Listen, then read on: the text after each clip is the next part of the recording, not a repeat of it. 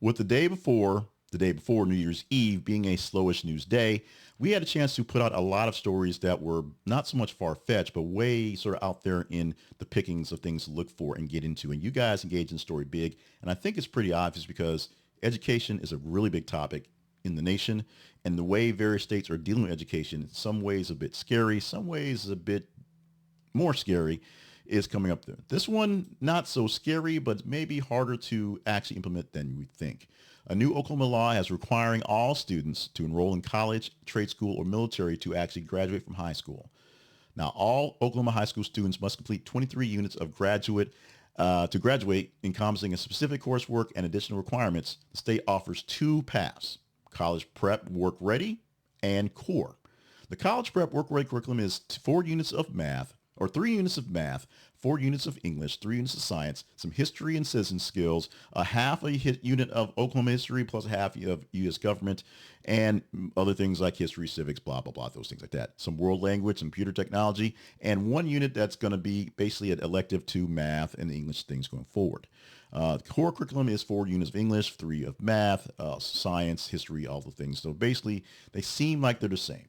The additional parts based on where you go is all students must have an individual career academic plan, ICAP as it's called, which includes career assessments, goal settings, and annual reviews to ensure readiness for post-secondary endeavors. This starts in the 2025-26 school year, so it's happening now.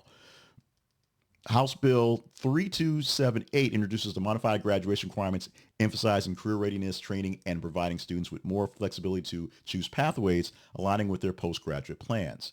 This hoping to prepare students for a better life after high school with better options, essentially saying, you're going to college.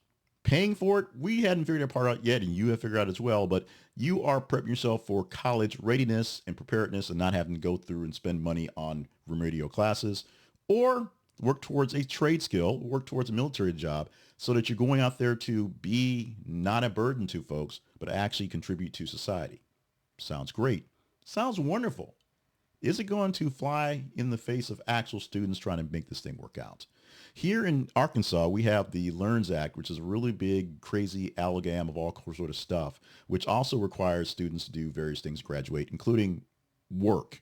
It's seen as volunteerism, but it actually is essentially work. They must have a job and do something for someone who can actually check off a box to say they were employed to graduate. This is the first year and a half is being implemented, so it's having its issues here. And we have our governor has our own issues. We'll see if this one right here is going to be something that's a good path. It actually is going to work, and whether more states will adopt it or figure out some other way to throw off the education system. Education is not so great right now, and you can hear that in the H-1B debate with Ramaswamy and Musk and Trump and the MAGA crowd going back and forth about who has the talent to get stuff done. So we know that. And so we should do something to fix that. Is a plan like this something to fix that? Or does it actually make it worse? Your comments, very much warranted.